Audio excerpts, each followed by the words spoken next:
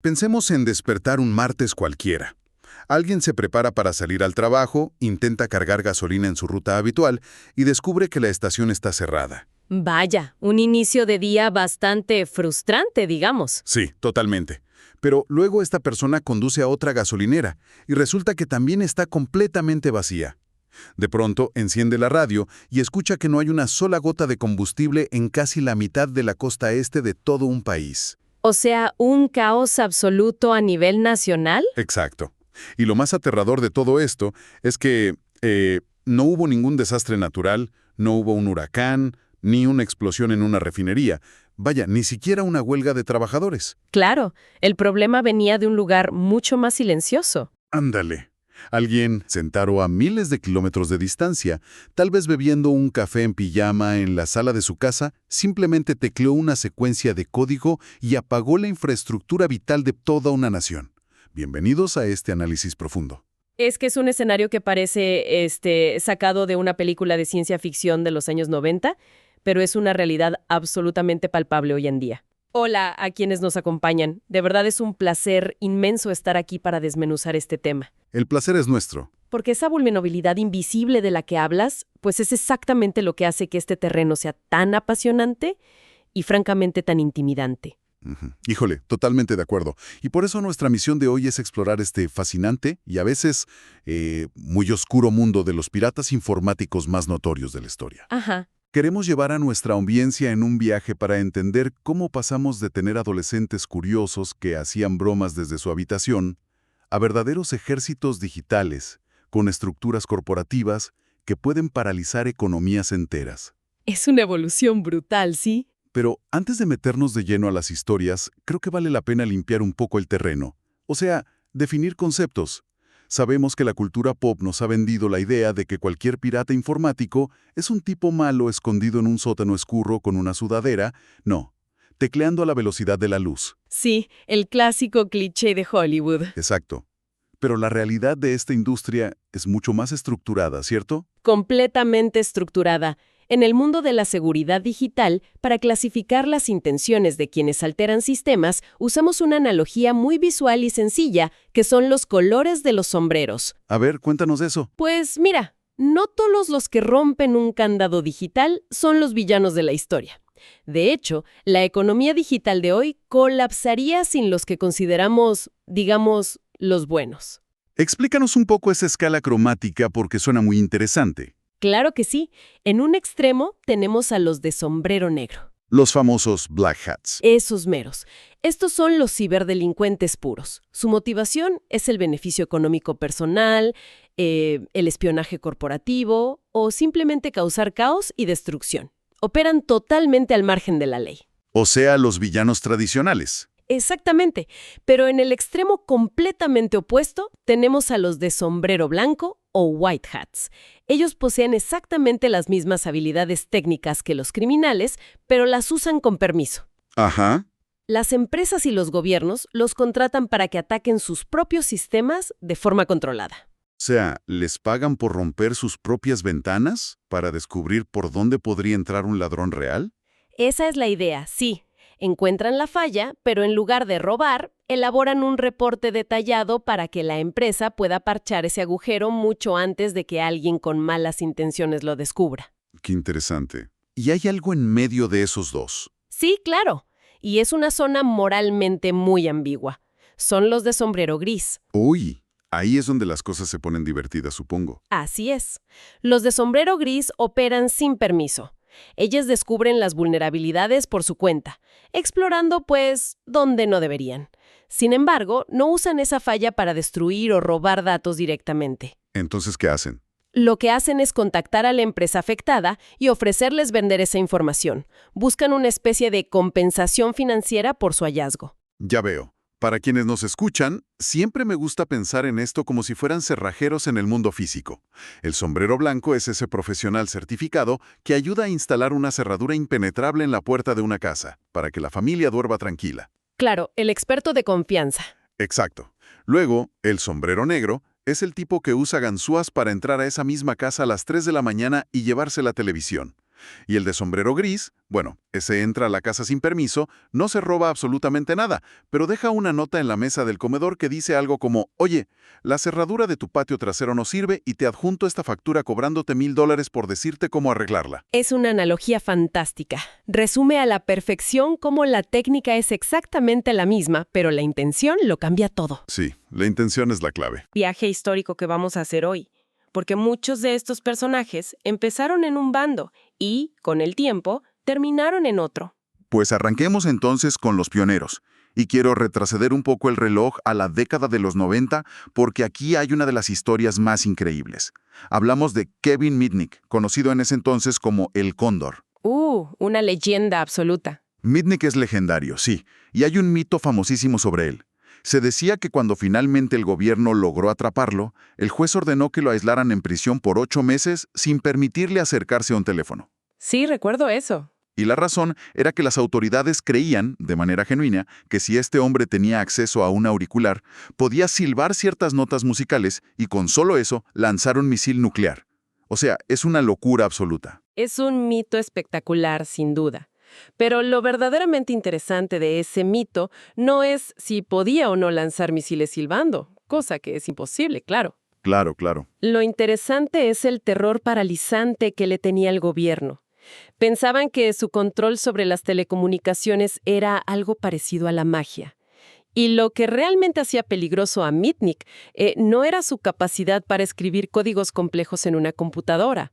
Su verdadera arma maestra era algo que llamamos ingeniería social. A ver, espera. ¿Me estás diciendo que la mayor amenaza en los 90 no era un virus informático súper sofisticado, sino un truco psicológico? Exactamente.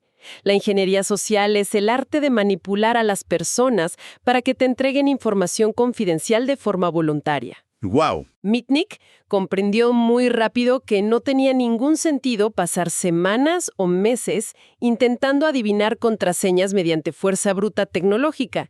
Si simplemente podía descolgar un teléfono, Ah, claro, el factor humano. ándale. Él llamaba a la secretaria de una gran corporación o a un técnico de guardia a las 2 de la mañana y fingía ser un supervisor enojado o un compañero de sistemas con una emergencia crítica.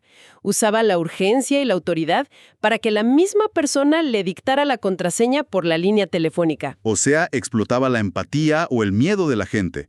El eslabón más débil jamás fue el servidor blindado de la empresa, sino el ser humano sentado frente a la pantalla que quería ser amable y ayudar a un compañero en apuros. Y ese es un principio que sigue vigente hasta el día de hoy. Mitnick infiltró sistemas colosales, incluyendo redes corporativas de gigantes tecnológicos y empresas de telecomunicaciones. Pero si evaluamos sus motivos, lo curioso es que no buscaba vaciar cuentas bancarias ni vender secretos a naciones enemigas. Entonces, ¿qué quería? Solo ver si podía hacerlo. Era curiosidad pura.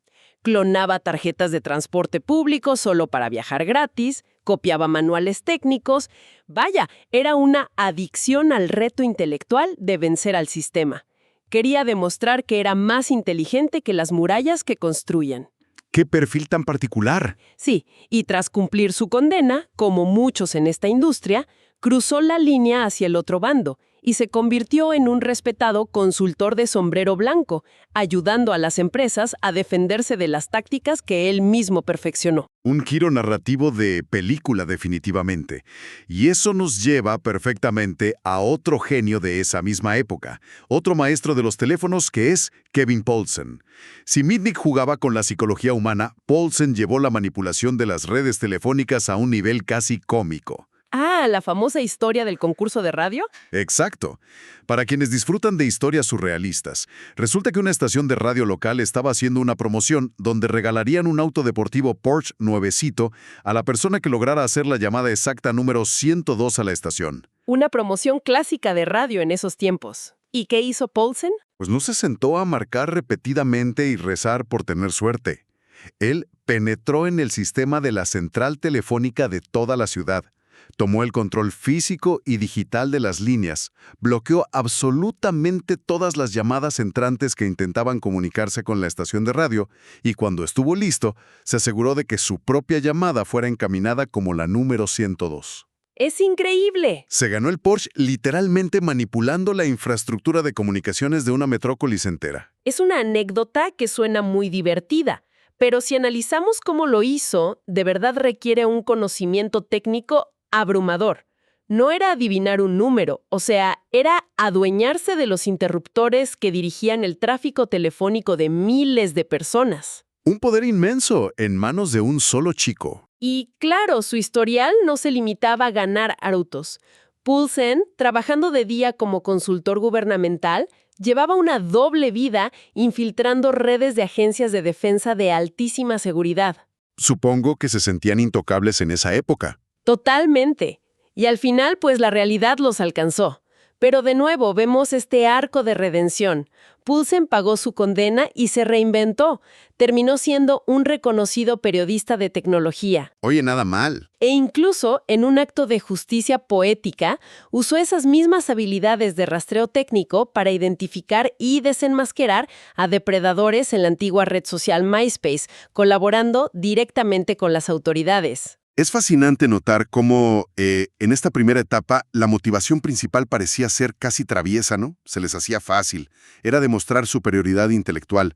Pero a medida que el Internet se fue expandiendo y llegó a los hogares, vimos una transición muy clara. Sí, un cambio de época. Pasamos de estos pioneros manipulando líneas telefónicas a una generación de adolescentes que, desde la comodidad de su cama y en pijama, decidieron infiltrarse en las redes más seguras del planeta por pura y absoluta curiosidad. Así es, entramos de lleno a la era del Internet masivo.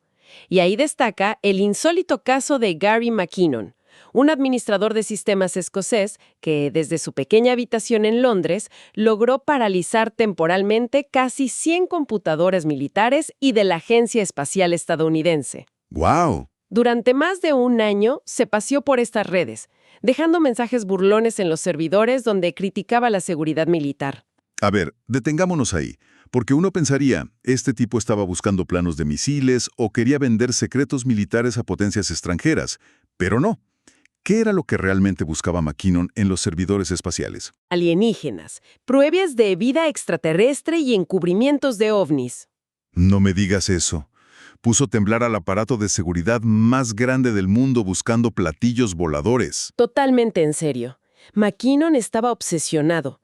Creía firmemente que el gobierno ocultaba tecnología espacial avanzada y fuentes de energía libre. Híjole, qué locura. Y la forma en que lo hizo es lo más revelador de este caso. No utilizó un código súper avanzado desarrollado por meses. Lo que hizo fue usar programas para escanear masivamente las redes, buscando computadoras gubernamentales que los administradores por puro descuido habían dejado sin contraseña o con las contraseñas predeterminadas de fábrica. O sea, literalmente iba empujando puertas a ver cuál estaba sin llave. Exactamente. Una vez adentro, instalaba un software para controlarlas a distancia. Pero su búsqueda espacial tuvo un costo personal altísimo. Se aisló del mundo, perdió su trabajo y cuando finalmente fue descubierto, el gobierno estadounidense buscó su extradición para encerrarlo en una prisión de máxima seguridad por décadas. Por andar buscando ovnis. Imagínate, el estrés de enfrentar hasta 70 años de cárcel casi lo destruye. Hasta que, muchos años después, su extradición fue bloqueada por razones humanitarias debido a su frágil salud mental. Una locura total. Y aunque la historia de McKinnon tiene tintes absurdos por el tema de los extraterrestres, no todas las incursiones adolescentes tienen un tono tan ligero. De hecho, algunas son profundamente trágicas. Muy cierto. Creo que es importante hablar del caso de Jonathan James. Estamos hablando de un adolescente que a los 15 años logró infiltrarse en sistemas de defensa militar y sustrajo los códigos de soporte vital de la Estación Espacial Internacional. A los 15 años, ¿eh? Fue el primer menor de edad en su país en ser sentenciado a prisión por un delito cibernético. El caso de James es un parteaguas porque expone cómo los sistemas judiciales simplemente no estaban preparados para lidiar con el talento juvenil. ¿Cómo logró meterse a sistemas tan complejos a esa edad? Pues él encontró lo que llamamos una puerta trasera o backdoor en un servidor. Para que nuestra audiencia lo visualice más fácil, imaginemos que en un castillo impenetrable de muros súper gruesos alguien olvidó sellar un pequeño ducto de ventilación en la parte de atrás. Ajá. James no derribó el muro principal, simplemente encontró ese ducto. Una vez adentro, instaló un programa invisible que interceptaba todas las contraseñas que cruzaban por ese servidor. Era como un observador silencioso. Pero el peso de la ley cayó sobre él como si fuera un terrorista internacional peligroso, ¿no? Así fue. Y las consecuencias psicológicas fueron devastadoras. Años después de cumplir su sentencia juvenil, ocurrió otro ataque masivo perpetrado por un grupo completamente distinto. Las autoridades, recordando el talento de James, inmediatamente lo pusieron en la mira e interrogaron a todo su círculo cercano. ¡Qué terrible presión! El pánico de ser falsamente acusado, esta sensación de persecución perpetua por parte del sistema, pues fue demasiado para él. A los 24 años, tomó la trágica decisión de quitarse la vida. Dejó una nota diciendo que no tenía fe en el sistema de justicia. ¡Qué historia tan desgarradora! Es un golpe de realidad tremendo que nos recuerda que detrás de todos estos alias y pantallas brillantes, pues hay seres humanos frágiles. Y creo que este punto marca una transición definitiva en nuestra línea de tiempo hoy. Sí, marca un antes y un después. Porque la inocencia, el hackeo por simple curiosidad, por buscar ovnis o por pura exploración técnica, empieza a desaparecer. A principios de los años 2000, entra en juego un factor que corrompe casi cualquier innovación: el dinero a gran escala. Exactamente. La burbuja del Internet trajo consigo el comercio electrónico masivo. De repente, el ciberespacio estaba lleno de transacciones financieras reales. Y donde hay dinero fluyendo, pues la curiosidad cede el paso a la codicia corporativa. Entramos a la era del cibercrimen como un negocio millonario y altamente lucrativo. A viajar gratis en el metro. O sea, González orquestó una operación para robar más de 170 millones de números de tarjetas de crédito y débito. 170 millones. ¿Cómo logras aspirar tanta información sin que nadie se dé cuenta? Pues lo hacían atacando las redes inalámbricas y los sistemas de procesamiento de pagos de grandes cadenas de tiendas. Usaban técnicas de lo que llamamos packet sniffing. ¿Y eso cómo funciona? Imagínate que pones un estetoscopio especializado en una tubería de agua. No cortas el flujo del agua, pero puedes escuchar exactamente cada gota que pasa. Ellos hacían eso con los datos de las tarjetas de crédito en el instante exacto en que el cajero pasaba la tarjeta. Por la terminal, copiaban la información en tránsito. Es brillante y aterrador al mismo tiempo. Pero lo que me vuela la cabeza de González no es solo la parte técnica, sino el cinismo absoluto con el que operaba. Entiendo que llevaba una doble vida mucho más oscura que la de los pioneros que mencionamos antes. Mucho más calculada, sí. González, al mismo tiempo que lideraba esta enorme red de robo global, era un informante pagado por el mismísimo servicio secreto de su país. Jugaba a dos bandos. No me digas, trabajaba para ellos. Ajá. Por un lado, entregaba a otros delincuentes menores a las autoridades para ganarse su confianza y cobrar su cheque de informante. Y por el otro, usaba esa protección para gestionar el robo financiero más grande de su década. Armaron un imperio de la nada burlándose en la cara de las propias autoridades. Pero claro, el dinero no solo atrae a los estafadores de tarjetas de crédito. Hay otro nivel de monetización que es mucho más sutil y dañino para la industria, que es el espionaje corporativo. Está el caso de un matemático griego al que solo se le conocía con el alias de Astra. Y este no era un joven rebelde en pijama, era un hombre de casi 60 años. Sí, un perfil completamente distinto al que veníamos viendo. Y aquí enfrentamos otra lección fundamental de la ciberseguridad, que es la amenaza interna. El enemigo en casa. Exacto. Ningún muro de fuego, por más caro que sea, te protege del tipo que ya tiene las llaves del edificio. Astra trabajaba para una empresa aeronáutica y militar francesa. Desde adentro, durante media década, se dedicó a sustraer silenciosamente planos confidenciales de aviones de combate, armamento avanzado y software de modelado tridimensional. ¿Y qué hacía con todo eso? Supongo que no los coleccionaba en su computadora. Para nada. Los vendía al mejor postor, a entidades en distintos países del mundo que querían saltarse años y años de investigación y desarrollo. Astra empacaba esos secretos industriales y los comercializaba, causando a su propia empresa pérdidas que se estimaron en unos 360 millones de dólares. Monetizó el espionaje a un nivel industrial. Es impresionante la escala de esto. Pero si queremos hablar de la cima absoluta de la monetización, del salto definitivo hacia el crimen digital moderno, tenemos que hablar de Rusia y de un personaje llamado Evgeny Bogachev. Porque este tipo no robaba datos uno por uno, él automatizó el robo. Bogachev introdujo un cambio de paradigma brutal. Él creó una infraestructura maliciosa, un virus súper conocido como Zeus. Y la genialidad técnica de Zeus, si se le puede llamar así, claro, es que operaba bajo un modelo de ataque de hombre en el navegador.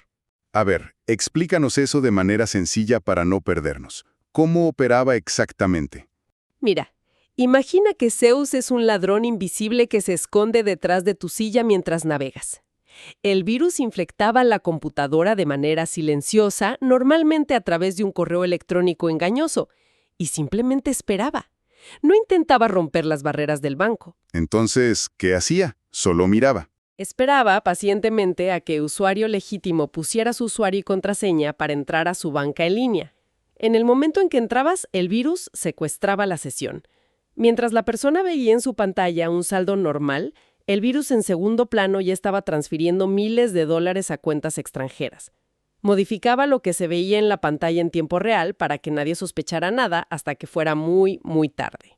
Híjole, o sea, ni siquiera servía de nada que el banco tuviera la mejor seguridad del mundo porque el virus no atacaba al banco para nada, secuestraba la visión del cliente.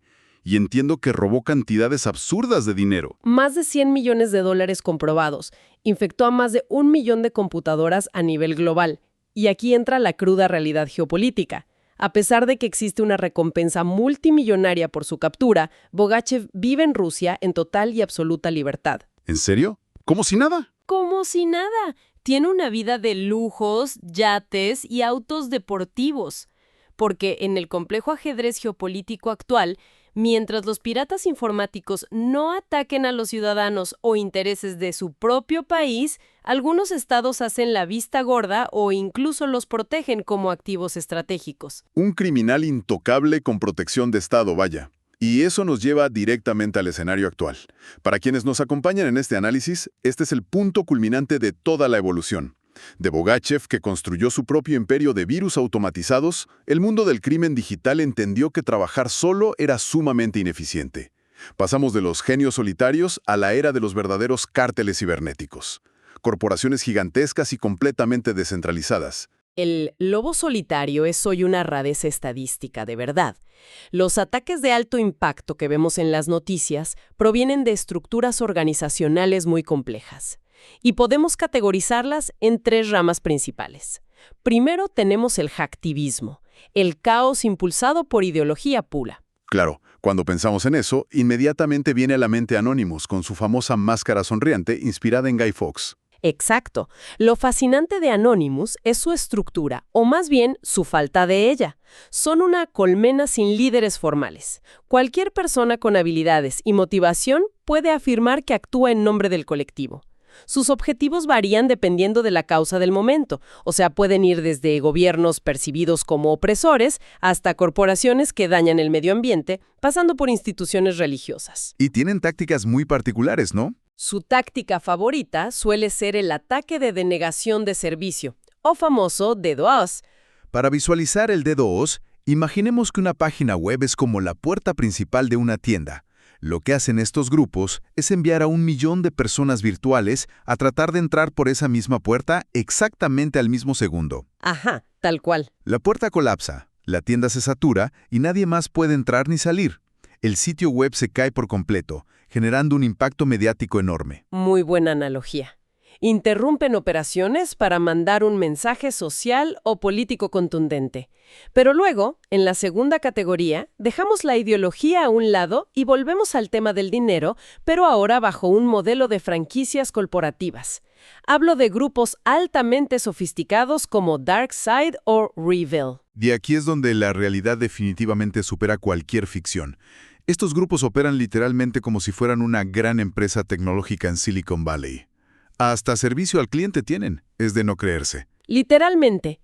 Ellos perfeccionaron un modelo de negocio que ha revolucionado el cibercrimen, llamado ransomware como servicio. Funciona igualito que una franquicia de comida rápida. Los desarrolladores, o sea, la cúpula técnica, crean el software malicioso, el famoso ransomware. El secuestro de datos. Así es. Este programa lo que hace es entrar a una computadora y meter todos sus archivos en una caja fuerte digital indestructible, tirando la llave. Luego, estos grupos le alquilan esa herramienta a delincuentes de menor nivel, a los que llaman afiliados. O sea que ellos ni siquiera hacen el ataque. Ándale, el afiliado hace el trabajo sucio de distribuir el virus e infectar a las empresas. Y cuando la víctima paga el rescate para recuperar sus datos, las ganancias se dividen entre los dos. Es un modelo de comisiones puro y duro.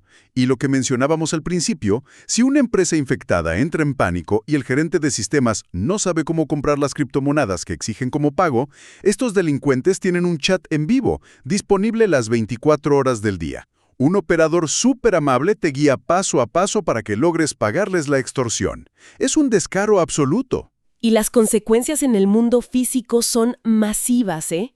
El evento que mencionaste al inicio de nuestra charla fue obra de este modelo. Un ataque de ransomware orquestado a través del grupo DarkSide paralizó los sistemas de facturación de Colonial Pipeline. Y ahí es donde el mundo digital golpeó al mundo físico. Exacto.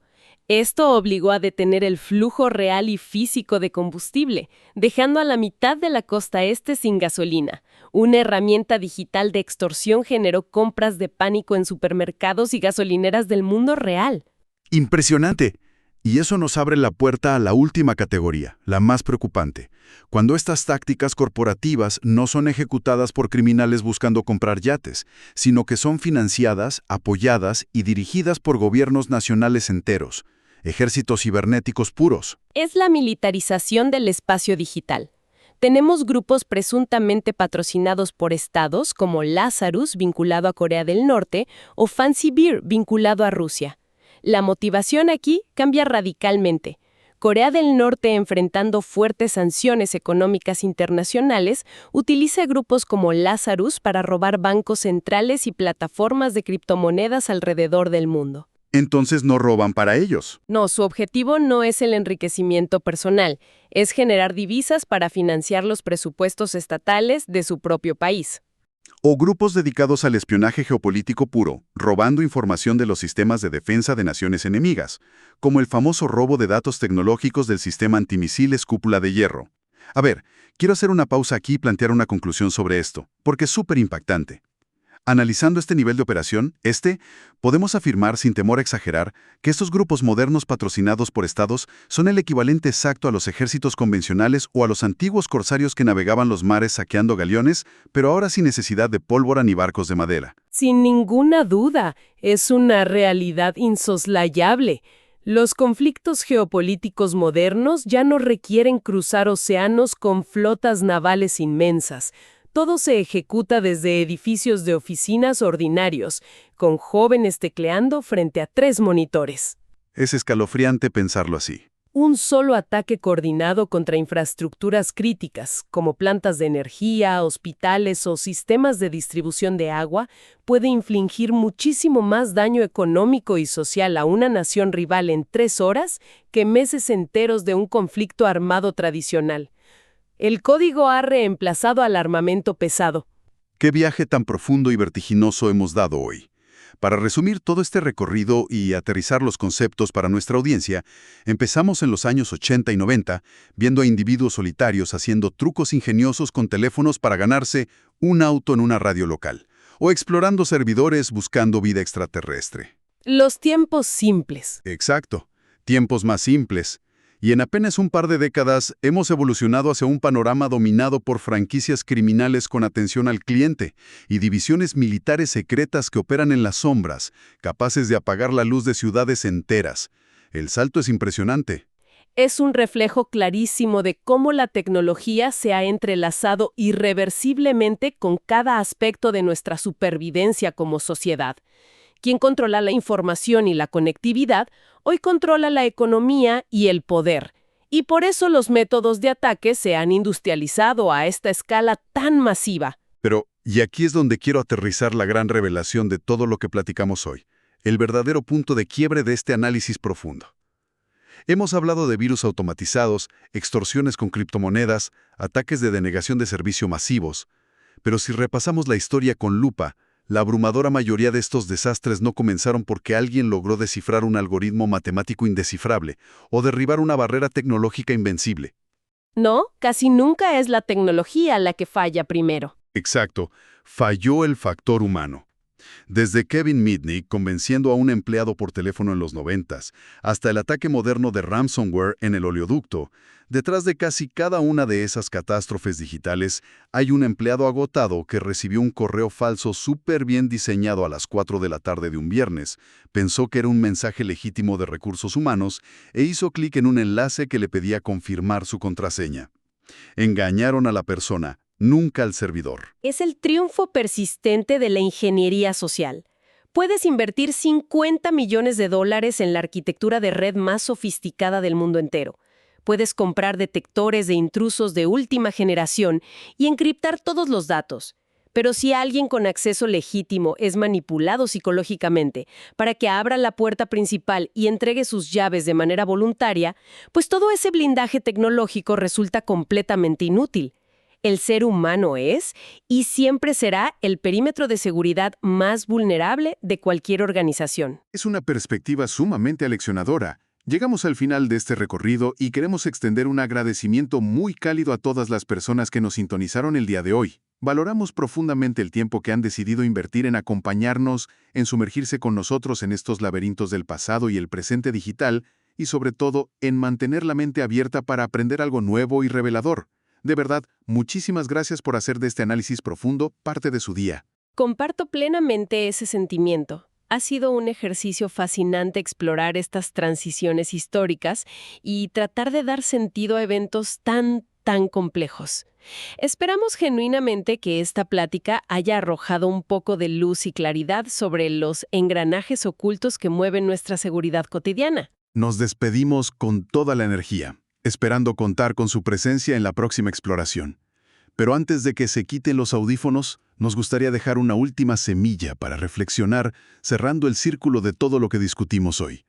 Si los algoritmos avanzan a pasos agigantados cada minuto, volviéndose más rápidos, autónomos y sofisticados, pero nosotros, los seres humanos, seguimos reaccionando a los mismos impulsos emocionales de miedo, urgencia y empatía que explotaba Mitnick hace 30 años, vale la pena preguntarse, ¿es posible que el eslabón más débil de nuestros sistemas jamás pueda ser solucionado, simplemente porque no existe una actualización de software para la naturaleza humana? Vale la pena pensarlo unos segundos la próxima vez que haya duda al ver un correo urgente de un remitente desconocido. Hasta la próxima.